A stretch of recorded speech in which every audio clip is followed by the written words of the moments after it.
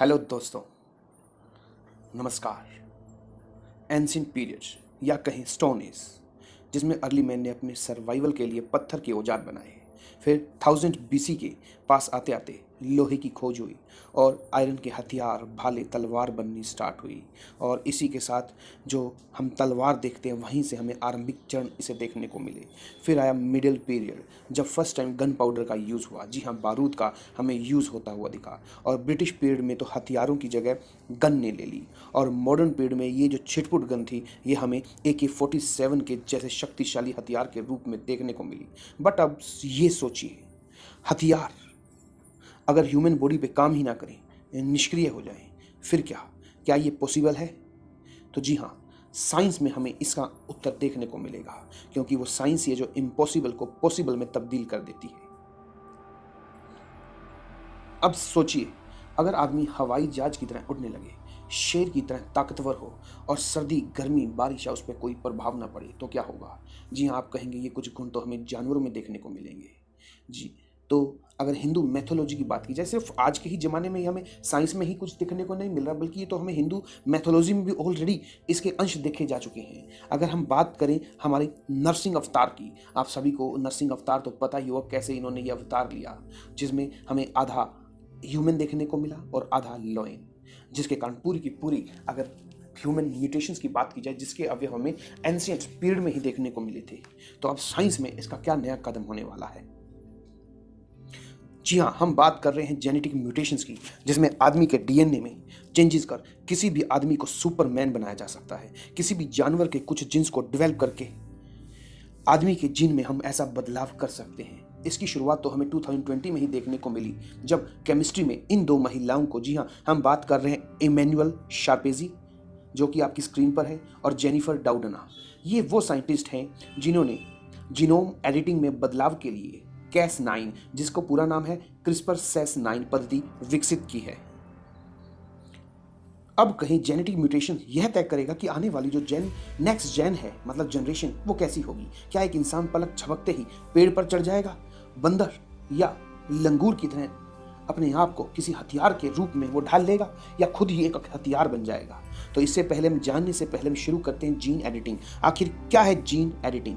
आणविक जीन विज्ञान और आनुवंशिकी के अनुसार जीन जीवों का एक आनुवंशिक पदार्थ है, जिसके माध्यम से जीवों के गुण एक पीढ़ी से, एक जनरेशन से दूसरी जनरेशन में पहुंच जाते हैं। इन्हीं में ही काम किया है इन्होंने, इन दो महिलाओं ने, जिन्हें नोबेल प्राइज मिला केमिस्ट्री का 2020 का, जिसमें वो जिस चाहे डीएनए में कुछ चेंजेस कर उसको अंदर जो भी त्रुटियां हों, जो भी किसी को जो डिजीज हो, उसको दूर किया जा सकता है और उसको मानव जाति के अगले कदम की ओर लाया जा सकता है।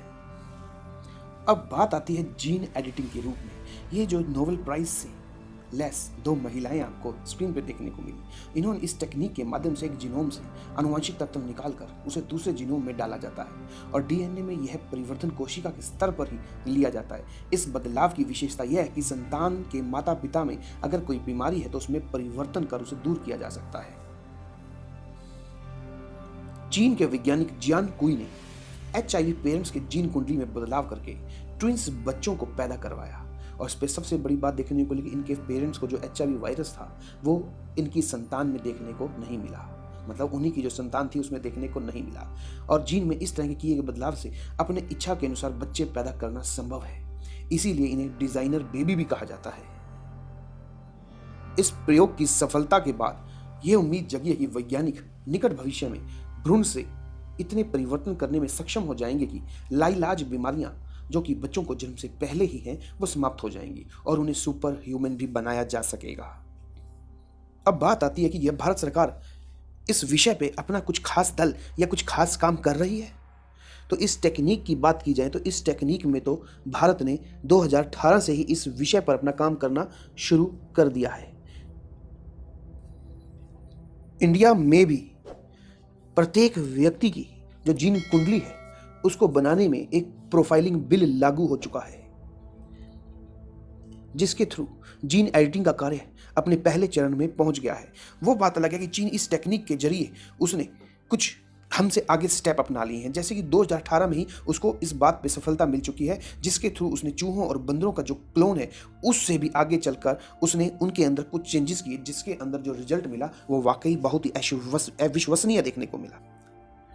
अगर जीन एडिटिंग की थ्रू बात की जाए तो आप देखेंगे यूएसए में एक बच्चा भी पैदा हुआ जिसे हाइब्रिड बेबी के नाम से जाना गया, जिसमें उसके जो पेरेंट्स हैं उसके थ्रू कुछ चेंजेस इसमें नजर आए। इट्स मीन्स पेरेंट्स के मन चाहे जो चेंजेस हैं वो उनके बच्चों में नजर आए, जैसे कि आप देख सकते हैं यहाँ पे half human and half animal children with both एव एंड कंसर्न। ये अपने आप में एक बहुत बड़ी खास बात है जीन एडिटिंग की। तो जीन एडिटिंग के मद्देनजर कुछ देशों ने तो इसके ऊपर काम करना भी शुरू कर दिया है और उनको कुछ सफलता भी देखने को मिली है। फिर वो चाइना हो या इजराइल हो या इसके अंदर कुछ यूएसए की बात की जाए, जिसके थ्रू अपनी जो आर्मी है उनकी वो एक सुपर ह्यूमन आर्मी बनाने जा रहे हैं, जिसके थ्रू ना तो उनको सर्दी लगेगी, ना गर्मी लगेगी, ना ही उन्हें बारिश का डर होगा और ना ही उन्हें मरने का डर होगा, क्योंकि वो इमोशन लेस होंगे।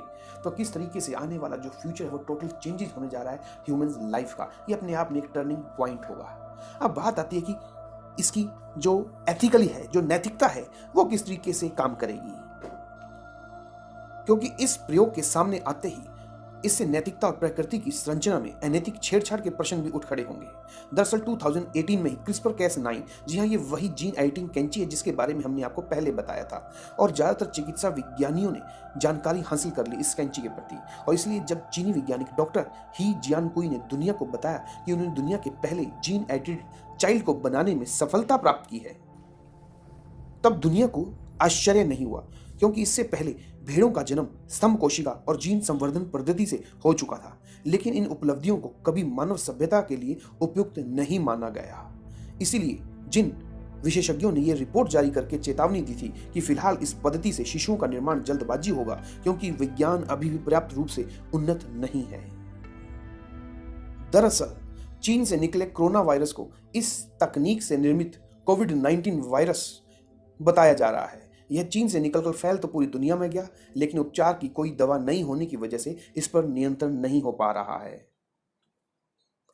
ऐसे में जो भविष्य में हमें खतरे देखने को मिल रहे हैं, उसको भांपकर वैज्ञानिकों ने कहा था कि विज्ञान अभी संपूर्ण रूप से उन्नत नहीं है, और अगर ऐसा हुआ तो यहाँ पे भी हमें समाज में दो धड़े देखने को मिलेंगे, एक सुपर ह्यूमंस और एक नॉर्मल ह्यूमंस। और सुपर ह्यूमंस और नॉर्मल ह्यूमंस की बात की जाए तो ये एक प्रकार का प्रकृति के साथ, नेचर के साथ छेड़छाड़ हो गई, जिसके थ्रू एक बायास रवैया देखने को मिलेगा, और उन कुछ व्यक्तियों में जो कि ऑर्डिनरी पर्सन होंगे उनमें एक हीन भावनाग्रस्त हमें एक लाइफ देखने को मिलेगी, जो अपने आप में लीगल और एक इलीगल तरीके से हमें देखने को मिलेगा, जिसके प्रति विज्ञान अभी पूर्ण रूप से तैयार नहीं है। तो आपको ये वीडियो कैसा लगा जरूर कमेंट कीजिए, अच्छा लगे तो शेयर तो बनता ही है, और हाँ, सब्सक्राइब जरूर कीजिए। मिलते हैं अपने नेक्स्ट वीडियो में, तब तक के लिए गुड बाय।